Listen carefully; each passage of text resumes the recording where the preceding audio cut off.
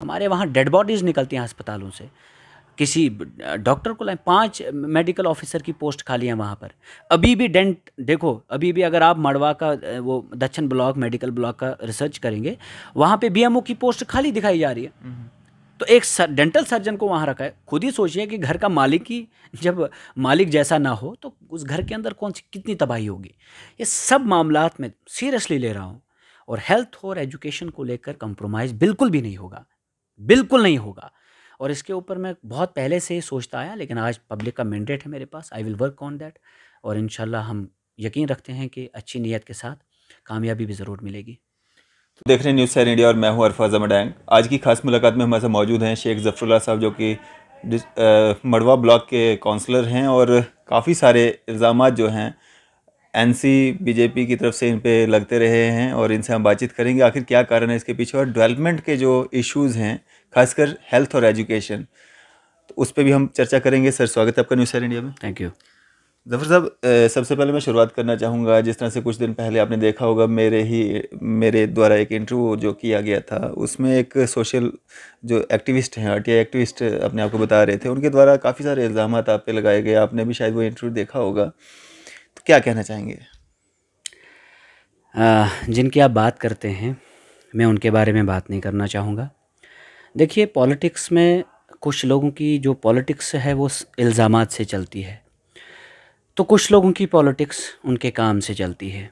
मैं बिलीव करता हूँ कि मैं काम करूँ अपने लोगों के लिए, और मेरी एक आवाज़ है। आप खुद भी जानते होंगे कि 14 कैंडिडेट्स में वाहिद शेख ज़फ़र कैंडिडेट किश्तवाड़ डिस्ट्रिक्ट से है, जो इंडिपेंडेंटली जीता है और इंडिपेंडेंटली अपनी आवाज़ को आगे बढ़ा रहा है।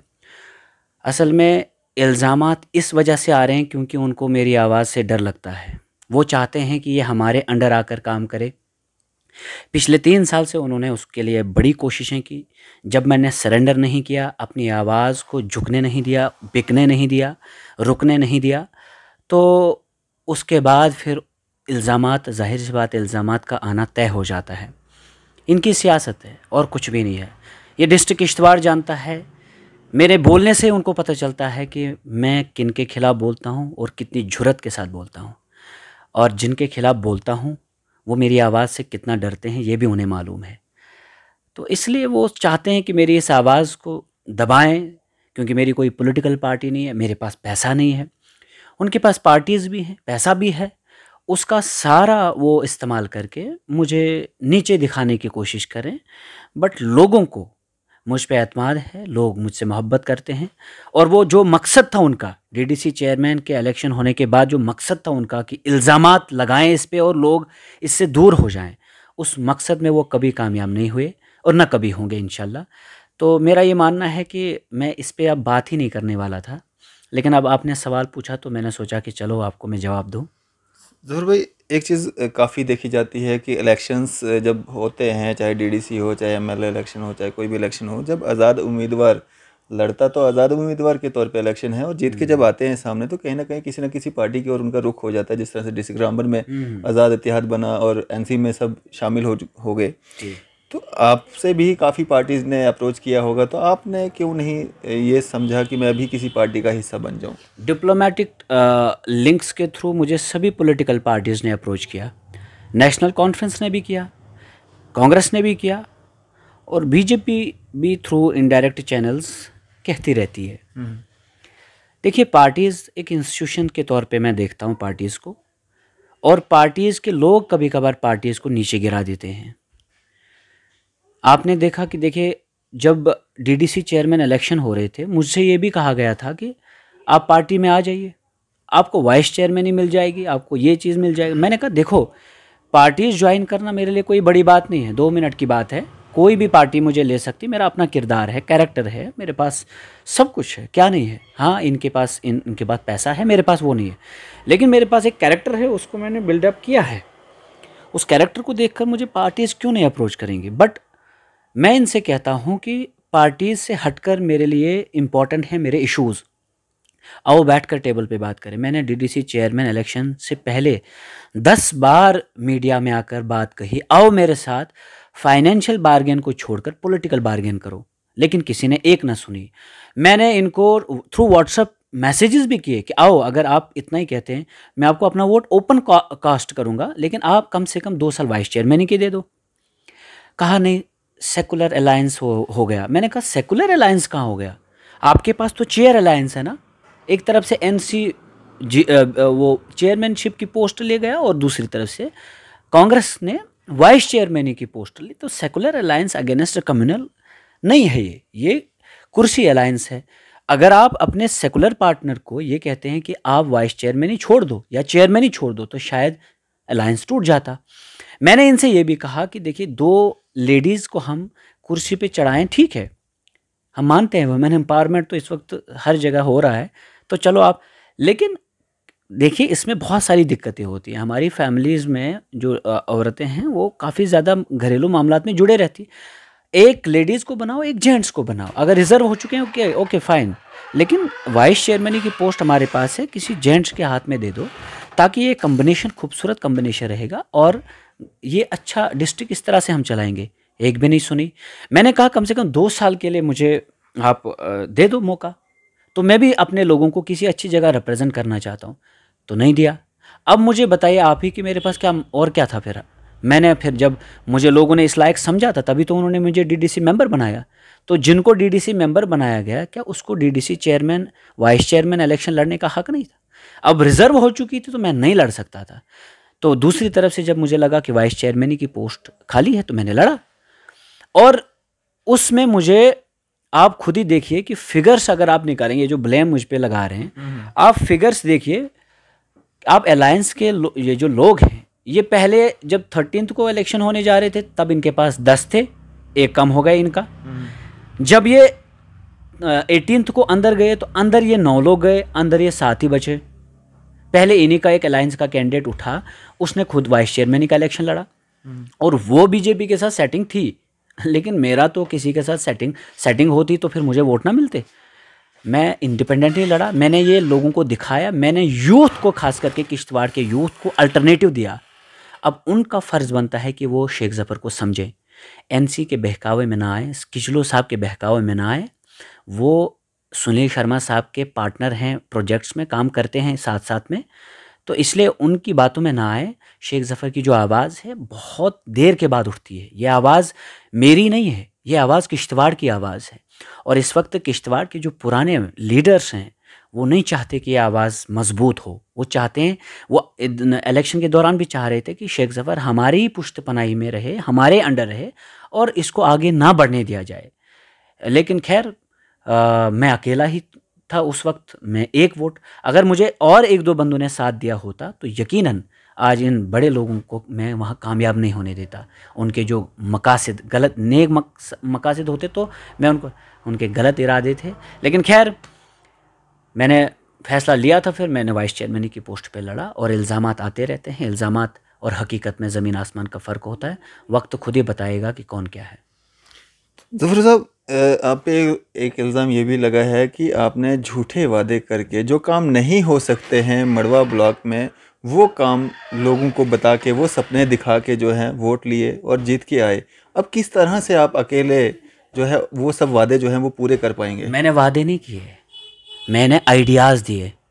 मैंने ये नहीं कहा कि मैं बैंक ब्रांच दूंगा, मैंने कहा बैंक ब्रांच की ज़रूरत है, इसके लिए हमें लड़ना है। आइडिया देना कोई गलत बात है, लड़ेंगे तो हम सब मिलकर, आवाज़ तो हम सब पहुंचाएंगे, चाहे हमें जॉइंट के बैंक के गवर्नर से भी क्यों ना, हेड से भी क्यों ना मिलना पड़े, हम मिलेंगे। आइडिया देना कोई गलत बात नहीं है, सड़क की बात करना, बिजली की बात करना कोई गलत बात नहीं है। और मैं इस पर जो मैंने लोगों से कहा, मैं लड़ूंगा उन सब चीज़ों के लिए, आज भी कहता हूँ, तब भी कहा। और मैं डीडीसी मेंबर नहीं भी बना होता तो तब भी कहता। 3 साल पहले जब मैंने आवाज़ उठाई तो मुझे यकीन भी नहीं था कि कभी डीडीसी इलेक्शंस होंगे, ये तो अचानक हो गए। फिर मैंने किसी बंदे को जिसने सदियों से सियासत संभाली थी मड़वा की, उसको हराया। अब वो आजकल जो इलेक्शन में खर्चा हुआ होगा उसकी भरपाई करने की कोशिश में लगा है इधर उधर। वो इनके इल्ज़ामात से कुछ नहीं होता, ये लोग हारे हुए हैं, इनको लोगों ने धुतकारा है, इनको लोगों ने कह दिया है कि गुड बाय साहब, आपकी ज़रूरत नहीं है, हमें आपकी पॉलिटिक्स की ज़रूरत नहीं है। मुझे लोगों ने विश्वास दिया और अपने हाथ काट कर मुझे मजबूत किया। और मैं अपने लोगों को आपके माध्यम से कह देना चाहूँगा कि जब तक सांस है, जब तक डीडीसी मेंबर नहीं हो, ये नहीं है, जब तक सांस है तब तक आपकी आवाज़ बनता रहूँगा, आपके इश्यूज उठाता रहूँगा। और आज भी मैं इसलिए इसको पब्लिक नहीं करता हूँ कि मैं कहाँ जाता हूँ, ये क्या क्या मसले उठाता हूँ, कौन कौन से मसले हल होने वाले, क्योंकि मुझे पता है कि जहाँ जहाँ मैं पहुँचूँगा ये बाद में वहाँ भी पहुँचेंगे मेरे काम को रोकने के लिए। इवन कि मेरे काम को रोकने के लिए ये पैसा भी खर्च कर सकते हैं कि इसके थ्रू कोई काम नहीं होना चाहिए। इसलिए मैं पब्लिकली ज़्यादा नहीं कर पाता हूँ चीज़ों को, बट मैं अंदर से लगा हूँ। आज मैं एजुकेशन और हेल्थ के पीछे लगा हूँ। और इंशाअल्लाह ताला मैंने जेडियो साहब से भी बात की, मैंने उन्हें कहा कि एब्सेंट जो लोग भी होंगे आज के बाद कड़ी से कड़ी कार्रवाई की जाएगी। हमारे बच्चे भी पढ़ना चाहते हैं, जिस तरह वो अपने बच्चों को जम्मू और किश्तवाड़ और श्रीनगर के शहरों में पढ़ाते हैं, उसी तरह गरीब का बच्चा भी पढ़ना चाहिए मड़वा में। और उन बच्चों के लिए मैं आज लड़ रहा हूँ। ये पूरा मड़वा जानता है कि इस बार डिपार्टमेंट्स को भी फंक्शनल कराऊंगा, ये मेरा वादा था लोगों के साथ। इस बार टेलीकम्युनिकेशन भी लगेगा मड़वा में, ये मेरा वादा था लोगों के साथ। और इस बार जो मेडिकल स्टाफ है हमारा कम्युनिटी हेल्थ सेंटर में या प्राइमरी हेल्थ सेंटर्स में जितने भी लोग हैं, उनकी सारी अटैचमेंट और डिटैचमेंट्स कैंसिल हो जाएगी और उनको सबको मड़वा जाना है। ये वादा किया था मैंने और ये करूंगा। मैं आज भी कहता हूं, मैं कल भी कहूंगा, और मैं डीडीसी में अगर नहीं भी होता तब भी कहता। तो क्या कदम आपने उठाए इस सब पे, जो इस तरह की चेंजिंग जो आप वहाँ पे बदलाव करना चाहते हैं, जो लोग ड्यूटीज़ पे नहीं जा रहे हैं, जो अटैचमेंट करवा के जो अपनी जो काम है उनका, जिसकी उनको तनख्वाहें मिलती हैं, वो काम जो है सर अंजाम नहीं दे रहे हैं, क्या कदम आप उठा रहे हैं? सबसे पहली बात तो जेडियो साहब ने तो अटैचमेंट्स डिटैचमेंट सारी कैंसिल कर दी हैं। एक एजुकेशन जो इन स्कूल्स खुले, मैंने पहले 1.5 महीने से मैं इसके पीछे लगा हूँ, तो हो रहा है वो। और मैं ये भी कहता हूँ जिन टीचर हजरात को जिनको भी प्रॉब्लम आए, उनकी प्रॉब्लम भी मेरी प्रॉब्लम है, मैं उनकी भी प्रॉब्लम सुनूंगा पहले, लेकिन वो अपने ओरिजिनल प्लेस ऑफ पोस्टिंग पे चले जाएं, उसके बाद उनकी बात, उनकी जो सुनवाई होगी। ऐसा नहीं है कि सिर्फ एक तरफा हम देखते हैं, लीडरशिप को सब तरह देखना है। मैं मुलाजमीन की प्रॉब्लम्स को भी बहुत सीरियसली लेता हूँ, और पब्लिक की भी और बच्चों की भी। और हम एक बेहतर माशरा बनाना चाहते हैं, उसके लिए education is the only way out, और मैं एजुकेशन पे काम कर रहा हूँ। हेल्थ की बात जहाँ है, मड़वा में कम्युनिटी हेल्थ सेंटर का बुरा हाल है, स्टॉक रजिस्टर कहाँ है इसकी पूछताछ होगी। हमारे सोलर प्लांट जो आए वहाँ पर इंस्टॉल क्यों नहीं हुआ, इसकी पूछताछ होगी। जो स्टाफ कई सालों से वहाँ नहीं आया है, स्टाफ मेंबर, उनकी पूछताछ होगी। जैसे एक ललिता मैम है, वो एक्सरे टेक्नीशियन है, वो नहीं आई कभी। एक और मीनाक्षी साहिबा है। ये पूरे मड़वा वार्ड 1 दक्षिण की बात कर रहा हूँ मैं, कि डिलीवरी के टाइम हमें हर वक्त किश्तवाड़ आना पड़ता है, और डिलीवरी के आज तो इलाज हर जगह होता है, लेकिन जो इलाज करने वाले हैं वही अटैचमेंट पे हैं। तो ये बदकिस्मती हमारी है। और बीएमओ साहब जो हैं खुद एक वो डेंटल सर्जन है, उनको एडमिनिस्ट्रेटिव में आना ही नहीं चाहिए था, लेकिन उनको 4-5 साल से बिठा कर रख दिया हमारे सर पर। और वो क्या होते हैं, दक्षिण में कम बैठते हैं, जहाँ उनका हेड ऑफिस है, जम्मू किश्तवाड़, किश्तवाड़ जम्मू, बीच में विजिट करने के लिए एज अ टूरिस्ट जाते हैं मड़वा वार्ड 1। उनको जो टूर बुक है वो भी चेक होगी, उनका जो माइक्रो प्लान है वो भी चेक होगा। आरबीएस के थ्रू जो बस उन्होंने दिखाई है चल नहीं रही है, लेकिन शिकायत यह आई है कि उन्होंने दिखाया है, वो भी चेक होगा। सारा कुछ होगा। मैं इतना अंदर हेल्थ के अंदर पहुंचा हूं, मैं स्टडी कर रहा हूं अभी कि कहाँ कैसे क्या प्लान हो रहा है। इसके बाद मैं हल्ला बोल दूंगा। और मैंने मड़वा के लोगों का वोट लिया है, उनका एहसान है मुझ पर। एक पैसा खर्च नहीं किया मैंने। लोगों ने बैनर बनाए, लोगों ने पोस्टर बनाए, लोगों ने खाना बनाया, लोगों ने मुझे जगाया, लोगों ने मुझे सुलाया, लोगों ने मुझे बताया क्या करना है क्या नहीं करना है। उन लोगों के लिए तो अपनी जान भी हाजिर है। तो इंशाल्लाह वक्त आने पे मैं सभी मसलों को टेकअप करूँगा, और अपोजिशन होती रहेगी, मुझे जगाते रहें वो, उनका मैं शुक्रिया अदा करना चाहूँगा कि वो अपोजिशन, उनकी नीयत अच्छी नहीं है, they have ill motive behind this, but कम से कम मेरे काम तो आती है उनकी opposition. I take that as a strength for me. और मैं पॉजिटिव क्रिटिसिज्म को पॉजिटिवली लेता हूँ, और उसके ऊपर काम करने के लिए भी तैयार हूँ। ज़फ़र साहब, आपने हेल्थ सेक्टर की बात की। हमने यहाँ तक सुना है कि वहाँ पे हेल्थ जो डिपार्टमेंट में डॉक्टर की बहुत कमी है, वहाँ पे जो कंपाउंडर हैं वो इलाज करते हैं लोगों का, तो इसमें कितनी सच्चाई है? बिल्कुल, हमारे वहाँ एक साहब हैं जो कंपाउंडर की पोस्ट पर हैं, लेकिन कम्युनिटी हेल्थ सेंटर में किसी डॉक्टर को ही नहीं पसंद करते हैं। अच्छा। कभी कभार कोई कोर्ट वो केस लेकर आता है, मैं बीमार हूँ, देखेंगे, सबका चेकअप होगा इस बार, सबको किसको बीमारी है, कोर्ट ने किस कोर्ट ने लिख कर दिया, किस एफिडेविट वकील ने लिख कर दिया होगा कहीं से, क्योंकि पैसे वालों की दुनिया है ना, उनकी सब जगह अपनी वो आन बान शान होती है, पकड़ होती है। 10 रुपये पकड़वा दिया किसी को तो हो गया कोर्ट ऑर्डर। तो ऐसे इस तरह के मामला नहीं चलेंगे। हमारे वहाँ डेड बॉडीज़ निकलती हैं अस्पतालों से, किसी डॉक्टर को लाए, 5 मेडिकल ऑफिसर की पोस्ट खाली है वहाँ पर। अभी भी डेंट देखो, अभी भी अगर आप मड़वा का वो दक्षिण ब्लॉक मेडिकल ब्लॉक का रिसर्च करेंगे, वहाँ पे बीएमओ की पोस्ट खाली दिखाई जा रही है।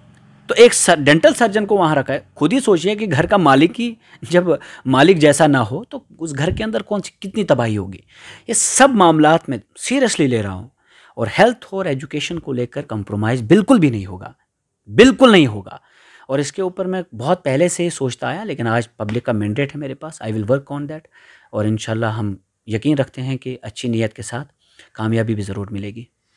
तो ज़फ़र साहब, एक चीज़ मैं आपसे और जानना चाहूँगा। हमने ये भी सुना है कि आपके फादर साहब ने कभी वोट नहीं किया था, और वोट किया तो अपने बेटे को जिताने में, आपका जब इलेक्शन हुआ तब उन्होंने वोट किया। यहाँ तक कि जब तक वो वोट नहीं करते थे, वो दूसरों को भी प्रेरित करते थे कि वोट ना करें। तो इसके पीछे का क्या कारण था? इसके पीछे वो वोट इसलिए नहीं करते थे, इसके पीछे यही कारण है कि जो ये लोग कहते हैं ना कि इसके फादर साहब वोट नहीं करते हैं, क्योंकि इन जैसे लोगों को कौन वोट करेगा। जब शेख ज़फ़र जैसा आया, मैंने अपने वालिद साहब को 6 महीना बात नहीं की है। वो मुझसे भी यही कहते थे कि नहीं, आपको सिस्टम में नहीं आने देंगे, आपको बड़े मगरमच्छ खा लेंगे, आपको वहाँ प्रॉब्लम्स आएंगी, फिर हमें फैमिली प्रॉब्लम्स आएंगी। और बात उनकी सच है। जब सियासत में गंदे लोग हैं, उन गंदे लोगों की वजह से न सिर्फ मेरे फादर साहब का, बहुत सारे लोगों का विश्वास हट चुका है सियासत से। I am the one who made them believe in politics, तो who made them to believe in politics, और उन्होंने यकीन किया। और वो ये भी कहते थे कि आपको यहाँ लोग साथ नहीं देंगे। हर माँ बाप, मैं उनको माँ बाप की नज़र से देखता हूँ, लोग उन्हें पता नहीं किस हिसाब से देखते हैं। तो वो मुझे एज माई फादर, वो मुझे केस ऑफिसर देखना चाहते थे। मैंने कहा कि नहीं, there is no reason for the good minds to stay away from the politics, and every educated person who has the guts to execute his ideas should join the politics and should work for the public. और मैंने उन्हें समझाया, 3 साल लगे मुझे अपने father साहब को समझाते समझाते। और जब मैंने उन्हें कहा कि मुझे क्या करना है अपने लोगों के लिए, तो मैंने उन्हें बिलीव कराया पॉलिटिक्स में, और वो आ गए। और मेरे फादर साहब मड़वा में जब जाते थे लोगों के पास, वो कहते थे कि मैंने अपने बेटे को अपने लिए बनाया था, आपके लिए नहीं। लेकिन इसने कहा नहीं, मुझे मड़वा की खिदमत करनी है। तो अगर आप देखते हो इसको, अगर ये अच्छा लड़का है, अगर ये अच्छी सोच रखता है तो वोट करना, अगर नहीं तो मत करना। तो वो, लेकिन दुश्मनों को वो बातें कहाँ हजम होती हैं। मैं तो पॉलिटिकल एनिमी नहीं समझता हूँ किसी को, अपोनेंट समझता हूँ। बट वो पता नहीं इतना नीचे क्यों गिर जाते हैं, आप पता नहीं ये लेंटर एक्टिविस्ट कहाँ से आ गए। मैं तो इनको ज़्यादा वैसे इनके ऊपर कोई चर्चा नहीं करना चाहता हूँ। इनके अपने जो कि ये जो बात कर रहे थे, इनसे पूछो कि इनका बेटा बीजेपी में है। ये हर जगह तार जोड़ कर रखते हैं। लेकिन मेरी क्लियर पॉलिटिक्स और क्लीन पॉलिटिक्स है, and politics related to development, politics oriented to development. मैं बात करता हूँ एजुकेशन की, हेल्थ की, सड़क की। इन्होंने तो सड़क नहीं आने दी वहाँ पर, और ये साहब हर पार्टी में जाते रहे। अब पार्टीज ही ख़त्म हो गई, शायद अल्ताफ़ बुखारी साहब के पास भी यही पहुँचेंगे, कोई नई पार्टी आएगी तो वहाँ पे भी जाएंगे।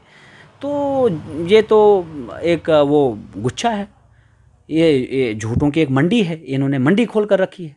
बस ये जब भी कोई नई आवाज़ उठती है तो ये उसको दबाने की करते हैं। और ये जो नेशनल कॉन्फ्रेंस के वाइस प्रेसिडेंट साहब हैं, इन्होंने कितनी बार मुझे अपने उधर बुलाया कि ज्वाइन करो एनसी। जब एनसी ज्वाइन नहीं करोगे तो फिर बीजेपी वाले। तो ये इनका पुराना है धंधा, और बीजेपी वालों को नुकसान होता है तो वो कहते हैं ये हुर्रियत वाला है। तो मेरी आवाज़ इंडिपेंडेंट है। मैं अपने लोगों को एजुकेशन देना चाहता हूँ, मैं अपने लोगों की ज़िंदगियों को आसान करना चाहता हूँ। ये मेरी ज़िंदगी का मकसद है। ज़िंदगी इख्तिताम होने से पहले शेख ज़फ़र औरों की ज़िंदगियों को बदल दे, यही मकसद है मेरी ज़िंदगी का। ज़फ़र, जो पॉलिटिक्स आप कर रहे हो इसमें काफ़ी रिस्क भी है, और इन फ्यूचर आप क्या करने जा रहे हो? जब आप किसी के साथ जुड़ोगे नहीं तो आप कैसे अकेले इस सिस्टम को बदल पाओगे? पहली बात तो कि देखिए, अपना किरदार पेश करो। जब किसी पॉलिटिकल पार्टी में जाओगे भी तो वहाँ पे भी आप शेख ज़फ़र बन के ही जाओगे, राइट? तो लेकिन अपनी जो बात आप करते हैं उसको नहीं बदलना है। पार्टीज़ ज्वाइन करनी पड़ेगी आपको, अपना मकसद उसको पूरा करने के लिए तो करो। पार्टी छोड़नी भी पड़े अपना मकसद, जो मेरा नेक मकसद है, गलत मकसद नहीं, नेक मकसद, पार्टी भी छोड़नी पड़े तो छोड़ दो, मेरा ये मानना है। अभी वक्त है, बहुत वक्त है, अभी छोटा हूँ, 29 साल का नौजवान हूँ। अभी देखो आगे आगे होता है कि जब किसी पॉलिटिकल पार्टी में जाऊँगा तो एक बेहतर तरीके से जाऊँगा जहाँ मुझे इज़्ज़त मिले और मेरे लोगों को इज़्ज़त मिले। आज मड़वा, वड़वन, दच्छन, पलमार, छात्रू, मुगल मैदान, पूरे डिस्ट्रिक्ट किश्तवाड़ में शेख ज़फ़र के लिए दुआएं होती हैं, मेरे चाहने वाले हैं। तो मैं उनको मायूस नहीं करना चाहता हूँ, मैं उनको कॉन्फिडेंस में लेकर पॉलिटिकल पार्टी का फैसला लूँगा। और अगर मुझे इंडिपेंडेंटली, जिस तरह मड़वा ने सपोर्ट किया, अगर दच्छन भी वैसे सपोर्ट करता है, वड़वन भी वैसे सपोर्ट करता है, मुगल मैदान, सारे जगह जितनी भी हैं, अगर वो मुझे ऐसे ही सपोर्ट करती हैं तो मैं वैसे ही चलूँगा। लेकिन इट्स टफ, अकेला रहना भी टफ होता है पॉलिटिक्स में। सस्टेन करने के लिए मुझे पॉलिटिकल प्लेटफॉर्म की ज़रूरत है, लेकिन फ़िलहाल मुझे डीडीसी का प्लेटफॉर्म भी तो मिला, ये भी काफ़ी अच्छा प्लेटफॉर्म है। I thank my people, I love my people for this. जी, तो फिर मैं आपसे एक चीज़ और जानना चाहूँगा, अगर आप उसका जवाब दे दें तो। जी, जितनी भी पॉलिटिकल पार्टियां हैं, क्या आपको लगता है कोई साफ़ सुथरी पार्टी है जिसमें जाके अपने जो मकसद हैं वो पूरे किए जा सकते हैं? मतलब आप अगर किसी पार्टी का नाम भी लेते हैं, मैं ये नहीं कहूँगा कि आप उस पार्टी को ज्वाइन करने जा रहे हैं, लेकिन कोई ऐसा लगता है आपको कि इस सिस्टम में, इस हमारे पॉलिटिकल पार्टी जितनी भी हैं, तो इनमें कोई ऐसी पार्टी भी है जो साफ़ सुथरी छवि वाली है? पार्टीज़ इंस्टीट्यूशंस होते हैं ना, पार्टीज़ साफ़ सुथरी भी होती हैं जब पार्टीज़ के अंदर लोग अच्छे हों, और पार्टीज़ बुरी बन जाती हैं जब उसमें बुरे लोग हों। और एमएलए आपका तभी अच्छा होगा जब आप अच्छे एमएलए को चुनोगे, मंत्री भी आपका तभी अच्छा होगा जब आप अच्छे मंत्री को चुनोगे बुरे को तो मंत्री अच्छा कैसे हो जाएगा? चुनोगे बुरे लोगों को तो सरकार ऐसे अच्छी कैसे बनेगी? चुनोगे बुरी पार्टी को तो लोग कहाँ आपको अच्छे मिलेंगे? कभी कभार किसी अपने अंदर कोई अच्छी वो कैरेक्टर किसी के पास होता है, वो पार्टी में जाकर पार्टी का नाम रोशन करता है। कभी कभार बहुत बुरा कैरेक्टर किसी का होता है, वो पार्टी में जाकर पार्टी का नाम बदनाम करता है। मैं पार्टी को एक इंस्टीट्यूशन के हिसाब से देखता हूँ, और जिस भी वैसे तो उस तरह के मौके तो नहीं है यहाँ, कोई फरिश्तों के साथ चलने वाला नहीं है, यहाँ सभी कहीं ना कहीं दागदार हैं। बट मेरा ये मानना है कि अगर आपको कंप्रोमाइज़ कहीं पर करना पड़ता है, ना अपनी आइडियोलॉजी को कंप्रोमाइज़ करो और ना आप अपने आप को बेचो। नेल्सन मंडेला का एक बहुत खूबसूरत मुहावरा है, वो कहता है, वो उनकी एक खूबसूरत बात है कि अगर आप अपने लोगों के लिए चांद तारे तोड़कर नहीं लाओगे, कम से कम अपने आप को बेचो मत। तो पार्टीज़ में जब जाते हो तो आप बार्गेन, पॉलिटिकल बार्गेन करो, फाइनेंशियल बार्गेन करके मत जाओ, तो आप अपने आप में एक पार्टी बन जाओगे। मेरा ये मानना है इसको लेकर। चलें, शुक्रिया हमारे साथ बातचीत करने के लिए, अपना कीमती समय देने के लिए। Thank you. तो ये थे हमारे साथ शेख ज़फ़रुल्लाह साहब, जिन्होंने अपने व्यूज़ हमारे साथ साझा किए। मैं और फाज़िल मडाइन, कैमरामैन शाहनवाज के साथ।